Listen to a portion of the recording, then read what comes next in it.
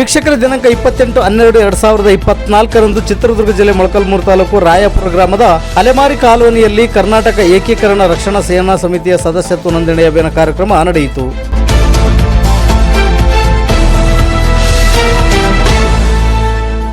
ಕರ್ನಾಟಕ ಏಕೀಕರಣ ರಕ್ಷಣಾ ಸೇನಾ ಸಮಿತಿ ಚಿತ್ರದುರ್ಗ ಜಿಲ್ಲಾ ಘಟಕದ ವತಿಯಿಂದ ಮೊಳಕಾಲ್ಮೂರು ತಾಲೂಕಿನ ರಾಯಪುರ ಅಲೆಮಾರಿ ಕಾಲೋನಿಯಲ್ಲಿ ಶುಕ್ರವಾರ ಸಂಜೆ ನಡೆದ ಸದಸ್ಯತ್ವ ನೋಂದಣಿ ಅಭಿಯಾನ ಕಾರ್ಯಕ್ರಮವನ್ನು ಕರ್ನಾಟಕ ಏಕೀಕರಣ ರಕ್ಷಣಾ ಸೇನಾ ಸಮಿತಿ ಸಂಸ್ಥಾಪಕ ರಾಜ್ಯಾಧ್ಯಕ್ಷರಾದ ಪಿ ಶೇಖರ್ ಅವರು ಚಾಲನೆ ನೀಡಿದರು.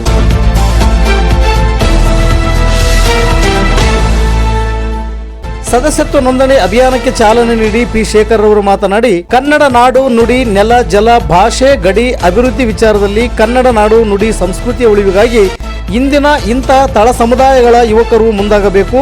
ಕನ್ನಡ ಜಾಗೃತಿಗಾಗಿ ಕೈ ಜೋಡಿಸಬೇಕು. ಸರ್ಕಾರದ ಸೌಲಭ್ಯಗಳನ್ನು ಪಡೆಯಲು ಅಲೆಮಾರಿ ಸಮುದಾಯದವರು ಮುಂದಾಗಬೇಕು ಎಂದು ತಿಳಿಸಿದರು.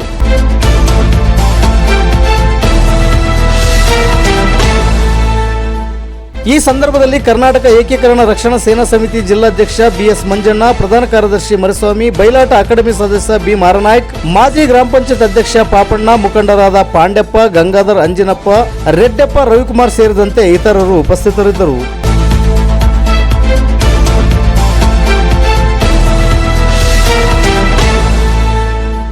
ವರದಿಗಾರರು ಸೋಮಶೇಖರ್ ಭಟ್ರಳ್ಳಿ. ಇದು ಗರುಡ ನ್ಯೂಸ್. ನಾನು ಮಲ್ಲೇಶ್ ಕಮತೂರು.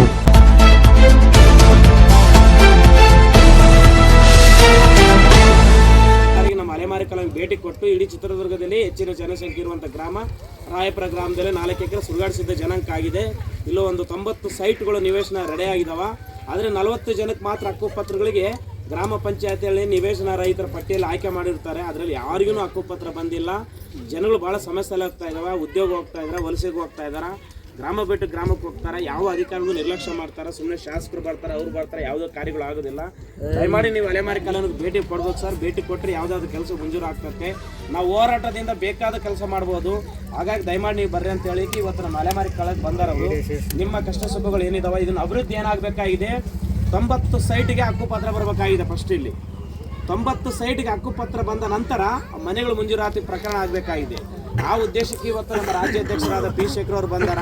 ಎಲ್ಲಿ ಬೇಕಾದಷ್ಟು ವ್ಯಕ್ತಿಗಳಾಗಲಿ, ಇವತ್ತು MD ಅವರು ಬರ್ತಾರ, ಸಮಾಜ ಕಲ್ಯಾಣ ಇಲಾಖೆದವರು ಬೇಕಾದಷ್ಟು ವ್ಯಕ್ತರು ಬರ್ತಾರೆ. ನಾವು ಸದೃಢರಾಗಿ ಸಂಘಟನೆಗೆಲ್ಲ ಕೈ ಜೋಡಿಸಿದ್ರೆ ಮುಂದಿನ ದಿನಗಳು ಎಲ್ಲ ಕೆಲಸಗಳು ಆಗ್ತವೆ ಅಂತೇಳಿ ಇವತ್ತು ರಾಜ್ಯಾಧ್ಯಕ್ಷರು ಬಂದಾರ. ಈ ಕುರಿತು ರಾಜ್ಯಾಧ್ಯಕ್ಷರು ಇವಾಗ ನೇರವಾಗಿ ನಿಮ್ಮ ಸಮಸ್ಯೆ ಕುರಿತು ಮಾತಾಡ್ತಾರೆ.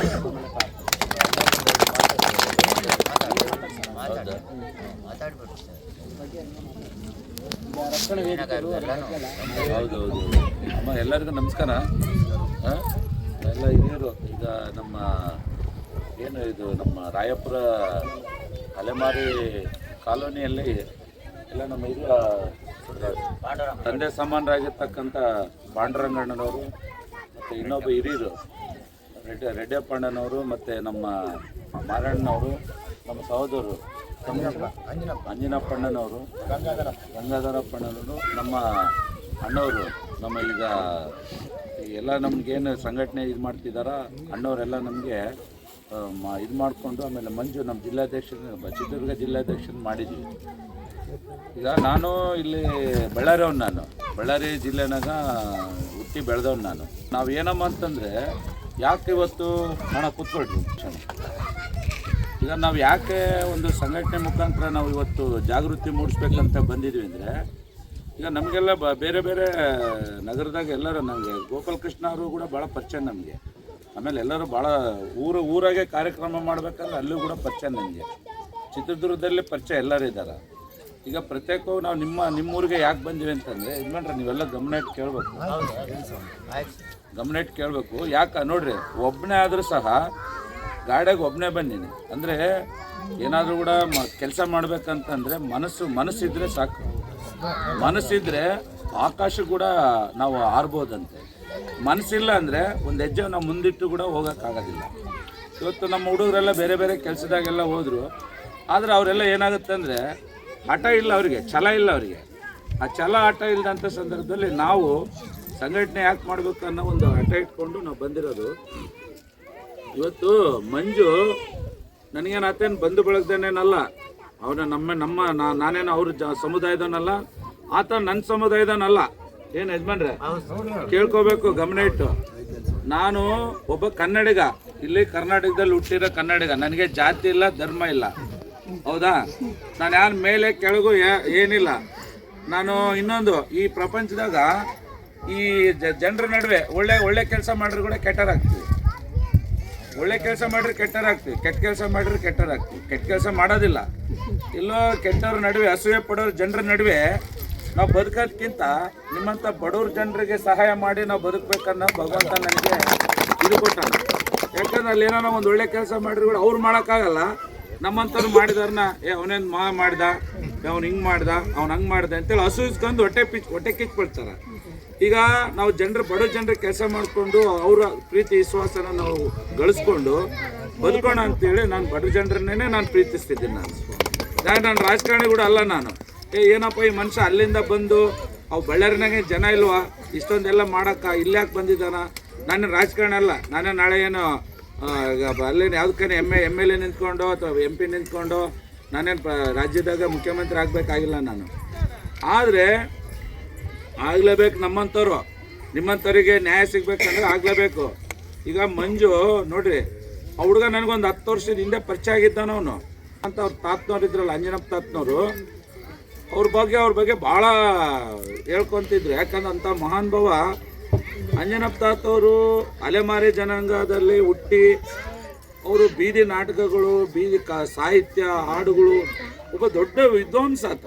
ಎಂಥ ವಿದ್ವಾಂಸ ಅಂತಂದರೆ ದೊಡ್ಡವ್ರು ಇರ್ತಾರಲ್ಲ, ಪುಟ್ಟರಾಜ್ ಗವಾಯಿ ಅಂತವರು, ಬೇರೆ ಬೇರೆ ವಿದ್ವಾಂಸರಲ್ಲಿ ಇರ್ತಾರಲ್ಲ, ಅಂಥ ಒಬ್ಬ ಜ್ಞಾನಿ.